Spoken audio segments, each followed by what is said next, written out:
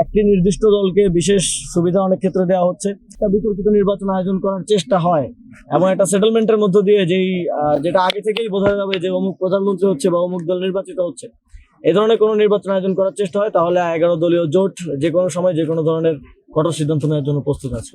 গণভোটে হ্যাঁ ভোটকে জয়যুক্ত করার লক্ষ্যে নির্বাচনী পদযাত্রায় বের হয়েছি। ইতিমধ্যে আমরা 10টিরও বেশি জেলা হয়ে 15টিরও বেশি পথসভা এবং জনসভা করে আজকে রংপুরে আসলাম এবং আমাদের এই পদযাত্রার অংশ হিসেবেই আমাদের জুলাই গণঅভ্যুত্থানের অন্যতম শহীদ যে প্রেরণা জুগিয়েছিল এই গণঅভ্যুত্থানকে সফল করার জন্য, তার কবর জিয়ারত করলাম। এবং আমরা উত্তরবঙ্গের আমাদের জাতীয় নাগরিক পার্টির যে আসনগুলো আছে এবং বিভিন্ন শহরে গণভোটের প্রচারণা এবং জাতীয় নাগরিক পার্টির শাপলাকলির পক্ষে বিভিন্ন জনসভা এবং পথসভায় অংশগ্রহণ করব।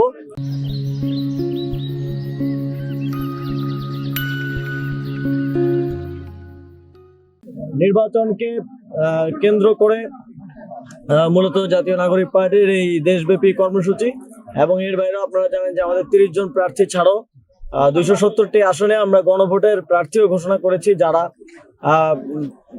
যার ফলে 300 আসনেই আমাদের রাজনৈতিক কর্মসূচি রয়েছে।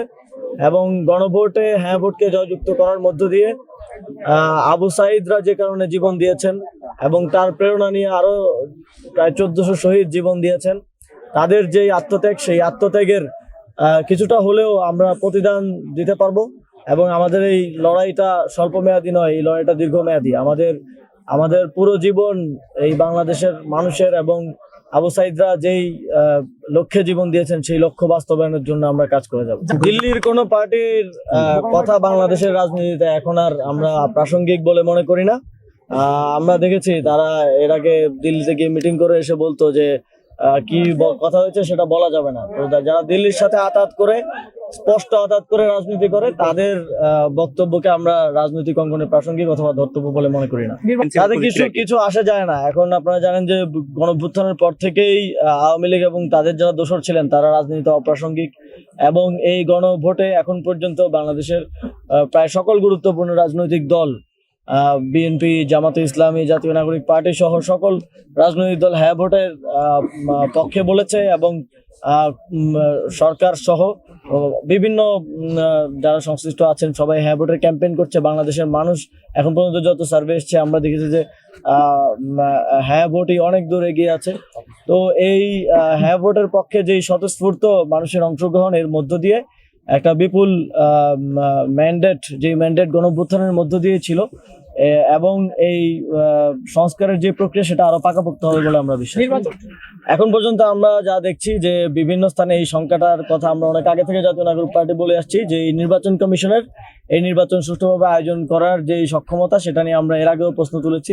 তাদের অনেক ক্ষেত্রে পক্ষপাতিত্বের কথা আমরা বলেছি। এবং নির্বাচন যত ঘনিয়ে আসছে তত আমরা দেখতে পাচ্ছি যে মাঠ পর্যায়ে নির্বাচন কমিশন এবং সরকারের কন্ট্রোলের জায়গাটা একটা নির্বাচন আয়োজনের জন্য যতটুকু হওয়া উচিত একটা আদর্শ অবস্থায় তেমনটা নেই। এবং আমরা ইতিমধ্যে দেখেছি যে অনেক জায়গায় সংঘর্ষ হচ্ছে। একটি নির্দিষ্ট দলকে বিশেষ সুবিধা অনেক ক্ষেত্রে দেওয়া হচ্ছে। আমরা দেখেছি একটি জায়গায় জামাতে ইসলামীর একজন উপজেলা সেক্রেটারি, তাকে হত্যা করা হয়েছে কুপিয়ে। তো যখন এই ধরনের ঘটনাগুলো ঘটছে তখন 11 দলীয় জোটের পক্ষ থেকে, যেহেতু আমাদের মূল উদ্দেশ্য একটা নির্বাচনের মাধ্যমে একটা গণতান্ত্রিক রূপান্তর, একটা স্থিতিশীল বাংলাদেশ, একটা সুন্দর বাংলাদেশ গড়ে তোলা, সেজন্য আমরা এই বিষয়গুলো অনেক ক্ষেত্রে এখন পর্যন্ত ধৈর্য সহকারে আমরা আরো একটু অবজার্ভ করছি। তবে আমাদের দিক থেকে আমাদের মাঠ পর্যায়ে থেকে শুরু করে সব দিকে খুব স্পষ্ট হবে এবং দলগুলোর মধ্যে কমন আন্ডারস্ট্যান্ডিং আছে।